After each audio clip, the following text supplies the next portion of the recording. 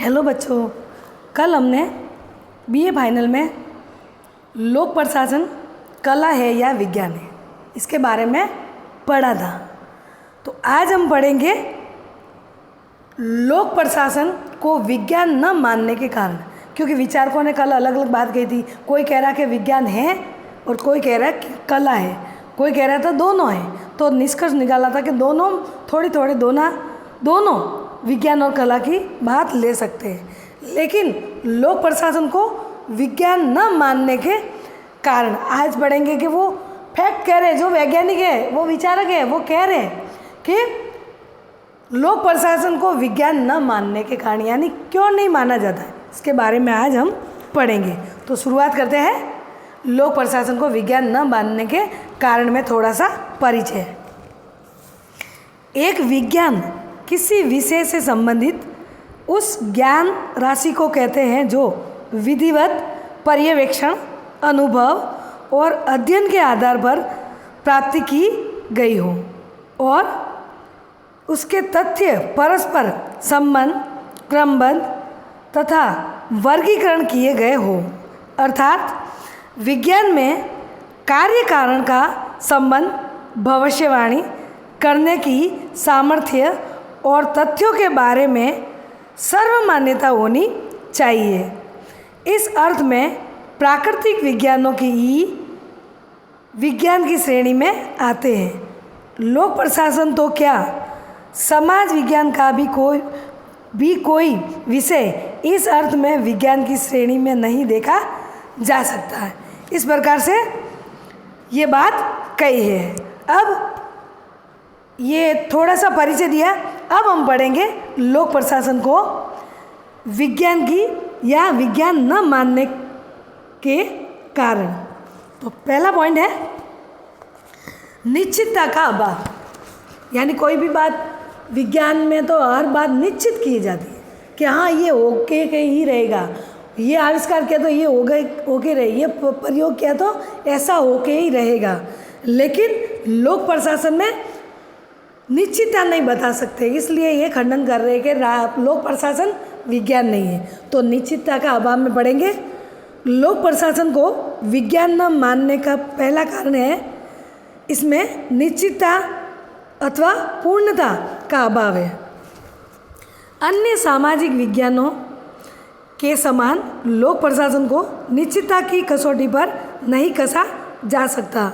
लोक प्रशासन के निष्कर्ष पूर्णता से वंचित रहते हैं।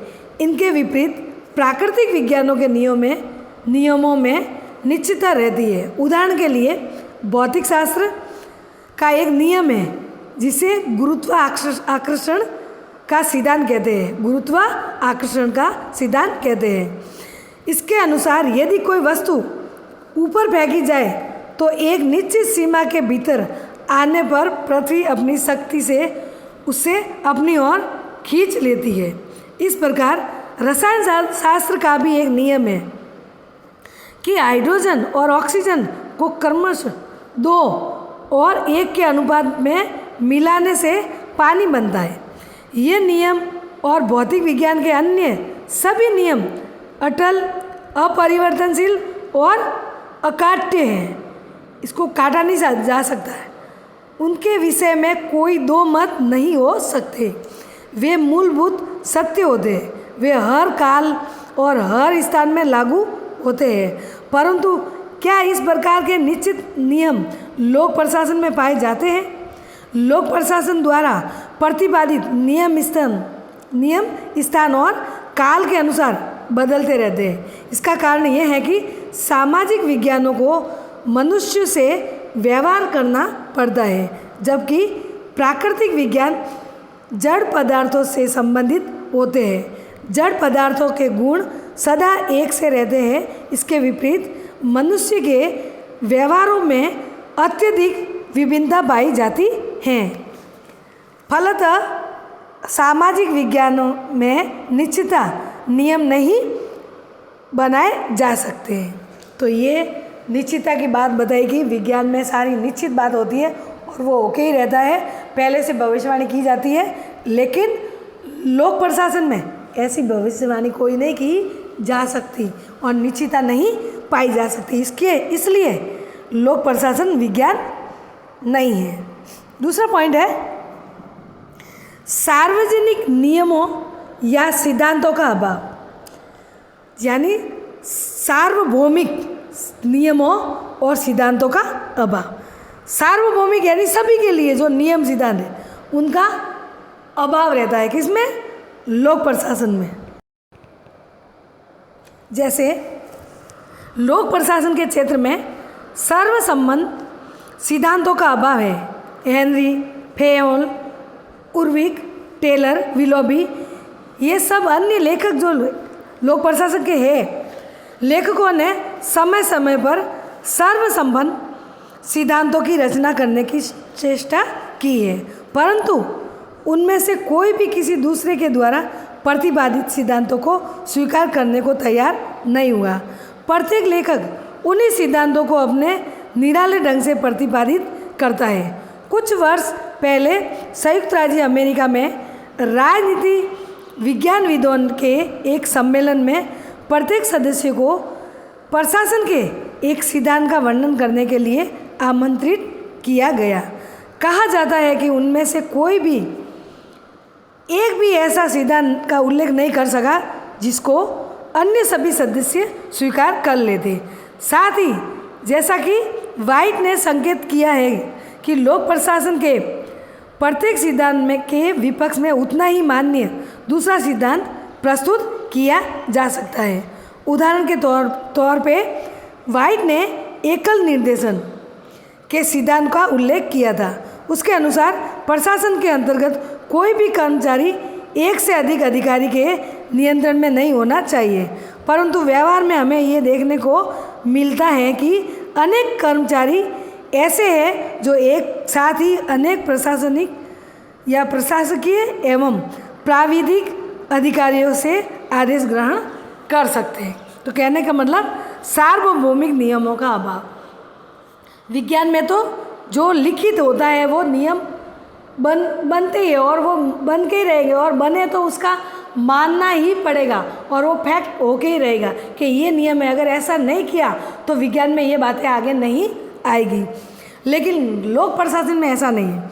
लोक प्रशासन में जैसे वाइट ने कहा कि कोई भी अधिकारी प्रशासन का वो अकेला ही ऑर्डर दे सकता है सैद्धांतिक रूप से, लिखित रूप में, लेकिन फिर पाया कि व्यवहारिक रूप में ये पाया कि अकेला व्यक्ति कोई आदेश नहीं दे सकता, आगे से भी आदेश आ सकता है। इसलिए लोक प्रशासन विज्ञान नहीं है।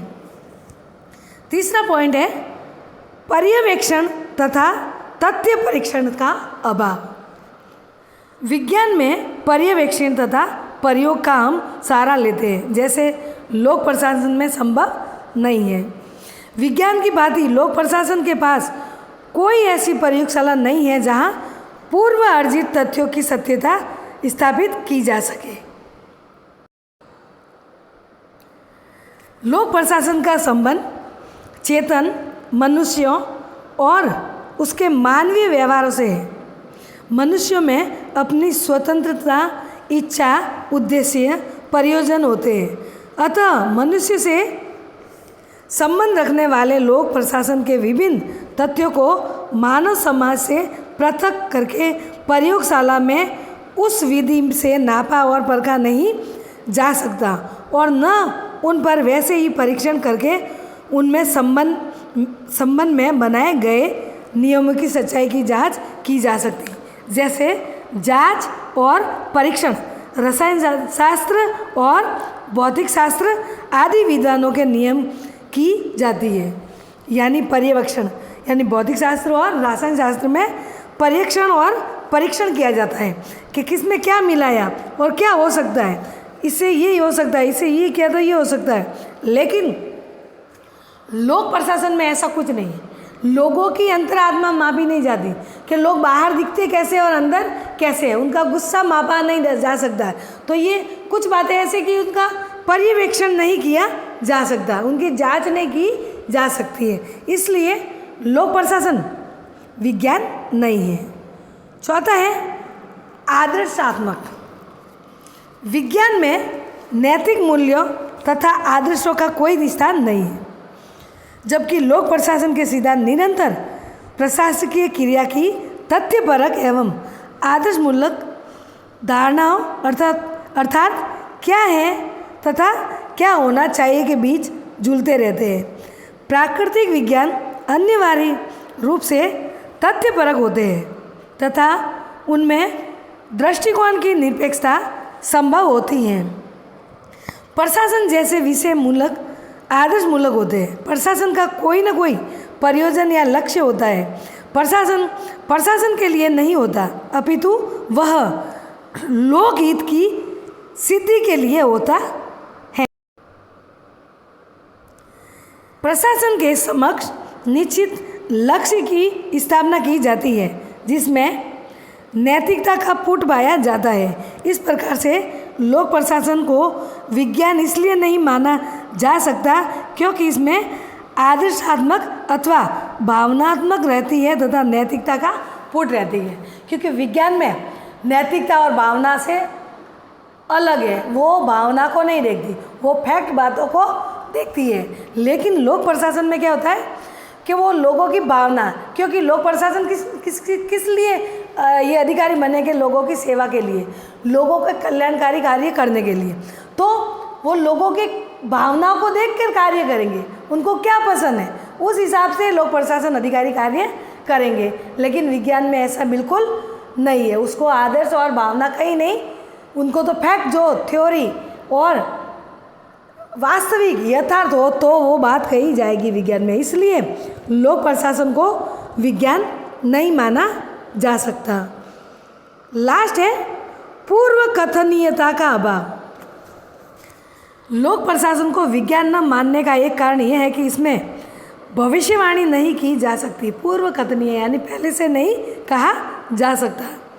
भौतिक विज्ञान में भविष्यवाणी की जा सकती है जबकि लोक प्रशासन में भविष्यवाणियाँ संभव नहीं है।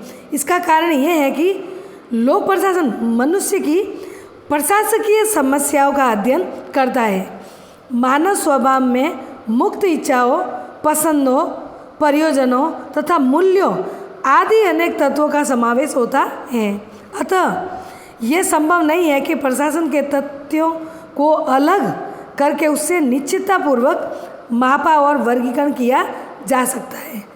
डॉक्टर अवस्थी लिखते हैं कि मानवीय क्रियाओं से संबंधित होने के कारण लोक प्रशासन के नियम कम विश्वसनीय होते हैं क्योंकि मानवीय क्रियाकलापों के ऐसे मुख्य उद्देश्य के संबंध में बहुत कम ज्ञान होता है जिसमें विश्वास दृढ़ किया जाए अथवा मानव व्यवहार के संबंध में भविष्यवाणी की जा सके। कहने का मतलब लोक प्रशासन में पहले से भविष्यवाणी नहीं की जा सकती। जैसे आप देख ही रहे हो लोकतंत्र में कोई नेता जीतता है, प्रधानमंत्री, मुख्यमंत्री कोई जीतता है तो आगे भविष्यवाणी कहते हैं कि अब इतना काम किया तो ये वापस जरूर जीतेगा। लेकिन जैसे ही आंकड़ा आता है तो अलग ही आता है कि अरे ये तो जीतने वाला था। तो ये बातें पहले से भविष्यवाणी नहीं कर सकते। भविष्यवाणी गलत भी हो सकती है लेकिन वैज्ञानिक या विज्ञान में कभी भी भविष्यवाणी गलत नहीं हो सकती। इस प्रकार से लोक प्रशासन विज्ञान नहीं है। डॉक्टर MP शर्मा भी लिखते हैं इसके बारे में। इन तर्कों का प्रधान धैर्य ये सिद्ध करता है कि लोक प्रशासन न तो प्राकृतिक विज्ञानों की भांति कोई यथार्थ और सुनिश्चित विज्ञान है और न ही भविष्य में ही इसके जैसा बन जाने की कोई संभावना है। यह निष्कर्ष केवल लोक प्रशासन के बारे में ही नहीं वरन समस्त सामाजिक अध्ययनों के बारे में भी निकाला जा सकता है। तथापि जब तक सामान्य व्यवहार में अन्य सामाजिक अध्ययनों के लिए विज्ञान शब्द का प्रयोग होता है तब तक लोक प्रशासन को भी विज्ञान मानने में कोई आपत्ति नहीं होती। मतलब ऐसे ही किसी कारण हम मान सकते हैं कि ये विज्ञान का थोड़ा सा रूप है लेकिन पूरी तरीके से विज्ञान नहीं मान सकते। लोक प्रशासन को विज्ञान मानने के कारण अब कोई लोग किसी ने आधे लोगों ने तो ये आधे विद्वानों ने कहा कि लोक प्रशासन को विज्ञान मानने के कारण बताए कि विज्ञान मानने के अब जैसे पढ़ रहे हैं हम कि उससे पहले क्या पढ़ा, लोक प्रशासन को विज्ञान न मानने के कारण। बहुत सारे विचारकों ने ये अपनी बातें बताई, जैसे निश्चितता का अभाव है, सार्वभौमिक नियम सिद्धांतों का अभाव है, पर्यवेक्षण का अभाव है, आदर्शात्मक उसमें नहीं चलती विज्ञान में, पूर्व कथनीय का अभाव है विज्ञान में। तो लोक प्रशासन में इनका सब अभाव है और विज्ञान में ये सब बातें फैक्ट होती है। तो ऐसे ही विचारकों ने, किसी ने ये कहा कि नहीं, लोक प्रशासन को विज्ञान मानना ही पड़ेगा, यानी लोक प्रशासन किसी हद तक विज्ञान है। तो कैसे है इनकी भी बात सुनने कि ये विद्वान किस हिसाब से लोक प्रशासन को विज्ञान मानते हैं। तो पहला है, कालांतर में लोक प्रशासन विज्ञान का एक रूप ले लेगा, यानी कतिपय विचारक यानी कुछ विचारक ये आशा करते हैं कि भले ही लोक प्रशासन के विकास की वर्तमान स्थिति में लोक प्रशासन को विज्ञान न माना जा सके, फिर भी कालांतर में ये विज्ञान का रूप ले लेगा। लोक प्रशासन का वर्तमान अध्ययन हमारे सामने लोक प्रशासन के बारे में सुसंबद्ध विचारों का एक ढांचा मात्र प्रस्तुत करता है। यह ढांचा और अधिक अध्ययन का विश्लेषण का आधार बन सकता है तथा जब यह अध्ययन और विश्लेषण पर्याप्त सीमा तक पहुंच जाएगा तो लोक प्रशासन भी अन्य सामाजिक विज्ञानों की भांति एक विज्ञान के रूप में सुस्थापित हो जाएगा। उर्विक ने इस विचार का समर्थन किया है कि वे कहते हैं कि लोक प्रशासन का विद्यार्थी एक ऐसे क्षेत्र में काम करता है जिसमें अभी तक अनेक अज्ञात तत्व हैं तथा अधिकांश क्षेत्र अभी तक अनदेखा पड़ा है, अतः वह चिंतक या चिंतन की एक मोटी रूपरेखा प्रस्तुत करने के अतिरिक्त और कुछ भी नहीं कर सकता। वह विचारों और सिद्धांतों को ऐसे व्यवस्थित रूप में प्रस्तुत कर सकता है जिससे दूसरे लोगों को अपने अनुभव के प्रकाश में संश्लेषण या संश्लेषण करने में सहायता मिल सके। ये सिद्धांत आधा दर्जन ऐसे लेखक की रचनाओं से लिए गए हैं जिन्होंने अपने विचारों को कभी सुसंबद्ध रूप देने की चेष्टा नहीं की। उन्हें सुसंबद्ध और तर्कसंगत रूप में प्रस्तुत किया जाना है। इस बात का सबल प्रमाण है सामाजिक समुदायों के संचालन में जो अनुभव प्राप्त हुए हैं उनमें एक सामान्य तत्व निहित है। इस आधार पर कहा जा सकता है कि अतः प्रशासन एक सही में विज्ञान है, यानी कालांतर में आगे आने वाले भविष्य में लोक प्रशासन को एक विज्ञान का थोड़ा सा रूप ले सकते हैं। क्यों? क्योंकि कोई भी लोक प्रशासन का या राजनीति विज्ञान का विद्यार्थी है तो वो सारी बातें उनको समझ आनी पड़ेगी, उनको अर्थशास्त्र भी पढ़नी पड़ेगी, उनको समाजशास्त्र भी पढ़नी पड़ेगी, उनको लोक प्रशासन भी पढ़नी पड़ेगी, उनको राजनीति विज्ञान भी पढ़नी पड़ेगी। तो सभी क्षेत्र में वो फैक्ट बातें लेगा, वो थ्योरी के रूप में लेगा तो कुछ रूप में उनको लोक प्रशासन को विज्ञान कह सकते हैं। दूसरा है, लोक प्रशासन अपने वर्तमान स्वरूप में एक विज्ञान ही है। दूसरे ऐसे विचारक भी हैं जो ये मानते हैं कि लोक प्रशासन अपने वर्तमान स्वरूप में एक विज्ञान ही है। ये वैसा विज्ञान है जैसे अन्य सामाजिक विज्ञान, अर्थात इसके अध्ययन के लिए लगभग सुनिश्चित क्षेत्र निर्धारित कर लिया जाता है तथा भारी संख्या में ऐसे तथ्यों का संग्रह कर लिया जाता है जिन पर वैज्ञानिक अध्ययन की पद्धतियों का प्रयोग किया जा सकता है। यानी लोक प्रशासन में ये बात बताई है कि कुछ आंकड़े जैसे जनसंख्या, जनगणना करना या उस क्षेत्र में कितने वोट पड़ेंगे, कितना इस राज्य में कितनी जनसंख्या, कितनी सीटें यहाँ से लोकसभा में जाएगी, ये बातें आंकड़े लिए जाते। तो विज्ञान में भी आंकड़े लिए जाते हैं और लोक प्रशासन में भी ये राजनीति विज्ञान में भी ये आंकड़े लिए जाते हैं। इसलिए कुछ हद तक राजनीति विज्ञान क्या है, एक विज्ञान का रूप ले रहा है। तीसरा लास्ट है, लोक प्रशासन में काफ़ी यथार्थता और निश्चितता है। ऐसे विचारक भी हैं जो लोक प्रशासन के बारे में काफ़ी यथार्थता और निश्चितता का दावा करते हैं। उनका विचार है कि लोक प्रशासन में निष्कर्ष भले ही प्रशासन को ये न बता सके कि उससे क्या निर्णय लेना चाहिए, परंतु उन्होंने इतनी सुनिश्चितता अवश्य ही प्राप्त कर ली है कि वे उसे गलत मार्ग अपनाने से सावधान करते हैं। चार्ल्स ए बियर्ड इसी विचार के समर्थक हैं। प्रोफेसर बियर्ड मानते हैं कि लोक प्रशासन के क्षेत्र में ऐसे नियमों और स्वयंसिद्ध सूत्रों का विकास हो गया है जिसके बारे में अनुभव के आधार पर यह कहा जा सकता है कि व्यवहारिक प्रयोग में लाए जा सकते हैं तथा उसके सारे पूर्वानुमान लगाए जा सकते हैं।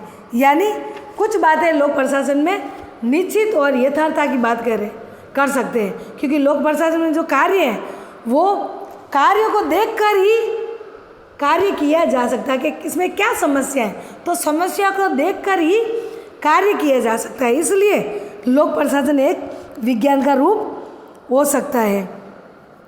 निष्कर्ष रूप में यही कहा जा सकता है कि इन सब तर्कों को लोक प्रशासन को विज्ञान मानना उचित है, परंतु उससे भौतिक विज्ञान की श्रेणी में नहीं रखा जा सकता, क्योंकि उसमें भौतिक विज्ञान के समान पूर्णता नहीं पाई जा सकती है।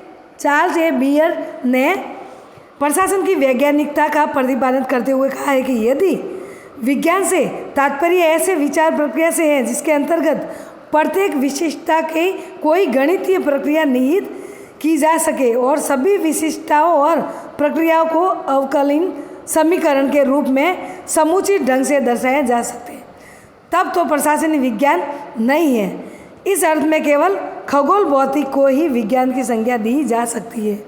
दूसरी ओर यदि विज्ञान शब्द का प्रयोग उस यथार्थ ज्ञान भंडार के लिए किया गया हो तो अनुभव और पर्यवेक्षण द्वारा प्राप्त किया जाता है, अथवा उन नियमों के समूह के लिए किया गया हो तो अनुभव से प्राप्त किया गया हो तथा जिसके बारे में भविष्यवाणी की जा सकती हो, तो निश्चित ही लोक प्रशासन उतना ही विज्ञान है जितना कि अर्थशास्त्र और मनोविज्ञान तथा जीव विज्ञान, जो कि इतिहास और राजनीति की तुलना में अधिक विज्ञान हैं। इस प्रकार लोक प्रशासन को उसकी वर्तमान अवस्था में एक विज्ञान मानने से कुछ खतरे भी उत्पन्न हो सकते हैं। वालेस ने अपनी पुस्तक फेडरल डिपार्टमेंटोलॉजी लेसन में इस खतरे की ओर संकेत किया है कि इसका मतलब यह है कि